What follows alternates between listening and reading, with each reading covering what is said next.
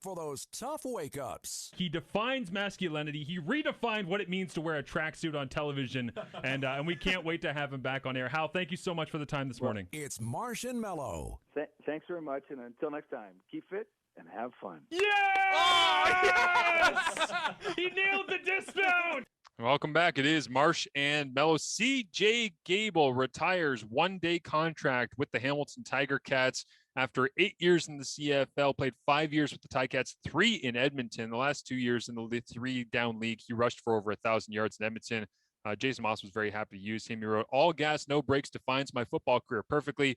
From the 7-year-old boy who was hungry to learn and be the best to the 33-year-old man who realized that football actually isn't everything. I've learned a lot from the game that has made me the man I am today," Gable said in a statement. "The early mornings, long nights, endless treatments, constant film viewing, and the blood, sweat, and tears I put into this has given me life lessons that I will forever have instilled in me. Moving on to the next chapter is going to be a brand new feeling. I am ready to press on the gas a little harder and keep going." He played 85 CFL games throughout his career, 880 carries, 4,800 yards, 28 rushing touchdowns. I feel like he should have more rushing touchdowns, but that probably speaks to the Ticats throwing it all over the place when Claros was here. Yeah. So along with 243 catches, he did work well out of the backfield, 2,225 yards, and 11 receiving touchdowns as well. So he was an East Division All-Star twice, runner-up for the CFL's Most Outstanding Rookie Award in 2013. Who won Most Outstanding Rookie in CFL in 2013? I got to look that up. But 2013. But what are your thoughts on CJ Gable and specifically his time in Hamilton when we were around him a bunch? Good player. I think, maybe he got lost in the system in Hamilton. Kent Austin wasn't a big fan of sticking to the run, or when the run game got going, sticking to that run.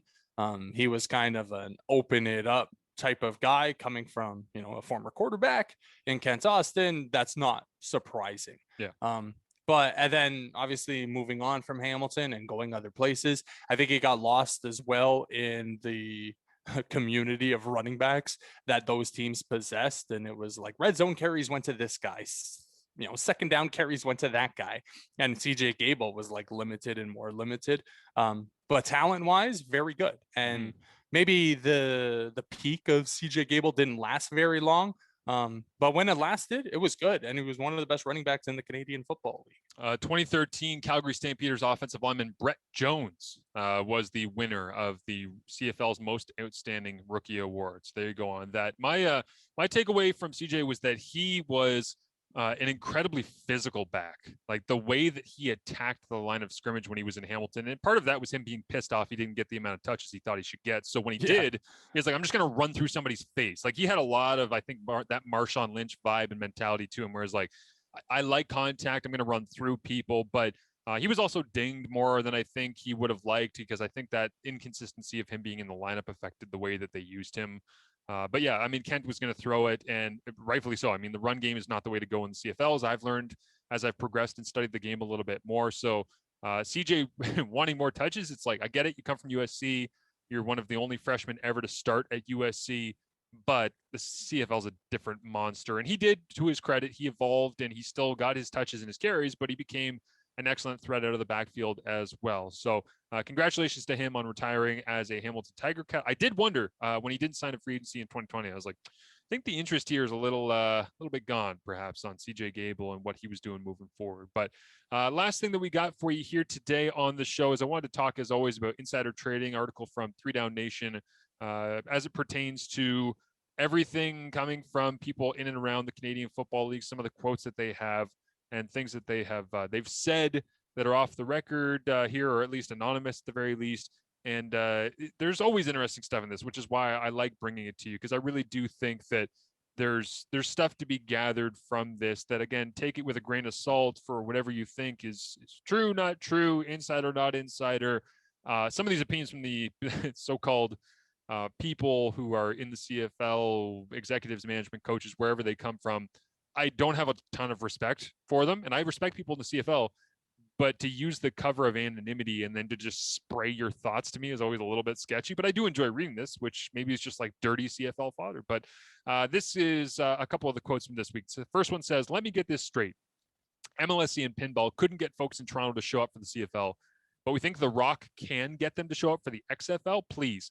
The XFL was really slow in 2020 and the quarterback play was sloppy. I think Torontonians would support an NFL team if they had one, but the XFL, their product is not any better than ours. Kyle, I think we both wholeheartedly agree with everything that was in that quote. Yeah. Next one here. What I'm hearing is that the CFL and XFL have discussed pretty much all the aspects of a potential merger except for what the rules would be. Shouldn't that be the first consideration? The game is the product. If the game sucks, it doesn't matter what the TV deal looks like. That scares the hell out of me because I have had that thought as well where I'm like, if they figure out all the financials and then they're like, okay, what are we going to do with the game?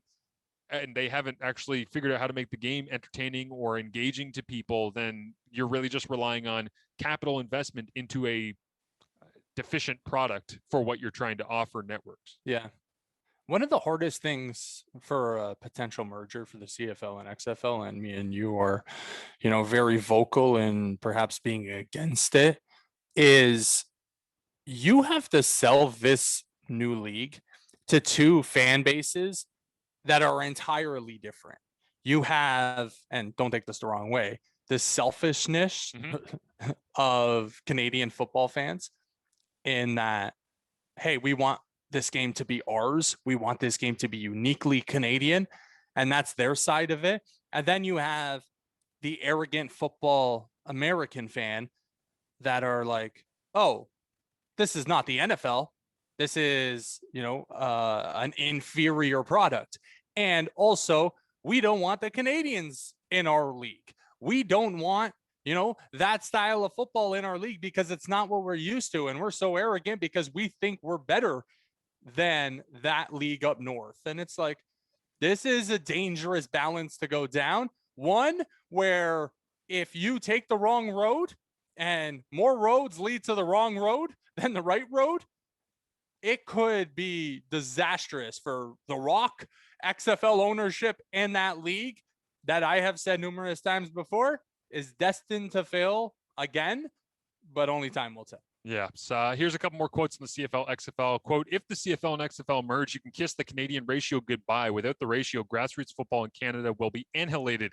It's a damn shame. I hope it doesn't come to that. For me, when I see that, I'm like, how about we just make U Sports the most popular thing for Canadian football in the entire country? That'd be great if we just had all the fans come out and support all of that. That would be fantastic. But what's the want for high school football players to come out and play be in a university football if football's not a thing anymore? Be a U Sports stud. You could be a hero at your university. I think that'd be cool. Maybe the CJFL becomes I don't know. I'm looking way too far down the road. But if we merge the XFL, the Canadian teams are all going to suck. Where would you rather be in March, Tampa or Regina? The taxes down there are lower too. We're never going to be able to sign any free agents. Kyle, you've talked about that for a long time with Canadian stuff. So that one feels like it's the reason why Steven Stamkos is not a Toronto Maple Leaf. And maybe true. John Tavares is not a Maple Leaf either if they got Stamkos first, because in the state of Florida, there is no state tax. And Stamkos looked like he was going to come to Toronto. And then he realized, oh, I can make, $2-3 million more playing in the United States than coming to Canada and getting screwed over in taxes. Yeah, no doubt. If the projections are accurate, this is the last one for you. And Oklahoma State running back Chuba Hubbard is a 6th or 7th round pick in the NFL. I'd consider taking him, this person says, in the 2nd or 3rd round of our draft. He's not that big, so he'll probably be done in the NFL if he gets hurt. He'd be great here and very marketable off the field. It'd be worth the risk to take him pretty high. Very marketable off the field. That sounds like Calgary or Edmonton to me. If I'm mock drafting, I'm just going to say, okay, Alberta guy, take him in the 3rd round and hope that he comes up. But because Calgary drafted Tyler Varga when he was coming out of Yale after he'd been with the Western Mustangs. I think they had this image of having a Canadian running back after John Cornish, and they've still done that with Andy Milanovic Leader and a couple of other guys that are there, but Don Jackson's gone. And I think that one to me screams Calgary unfairly getting him. And we all, because Calgary does this every year in the draft, where we all at the end of it look around and go, wait a minute, how the hell did they get that guy? He was too good to go in that spot. Oh, of course it's Calgary. That's what they just take people, they find a way, and they end up making them into really good players. So but Chuba Hubbard is one of those probably. Yeah, if you're a CFL team and taking a guy like Chuba Hubbard, high in the draft, not knowing on whether or not he's going to come play for you. Again, Mark Chapman, Hamilton Tiger Cats. But how high, right? Yeah. first, second, third round. Here's the issue I have with that. Those teams, you better be certain your team has enough depth on both lines, offensive line and defensive line. For the Ticats, they have so much depth on the offensive line, and a lot of it is because of Canadians, right? On the defensive line, Hamilton has gotten a lot better drafting, Connor McGoffin. I know he's not in Hamilton anymore, but they have guys in there as well.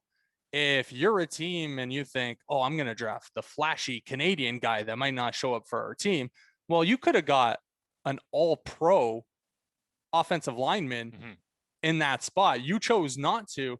And now, even if he does come up north, what line is he running behind, right? Like, the reason why Hamilton was able to get over the Mark Chapman, saga so quickly was because they had depth in so many other places.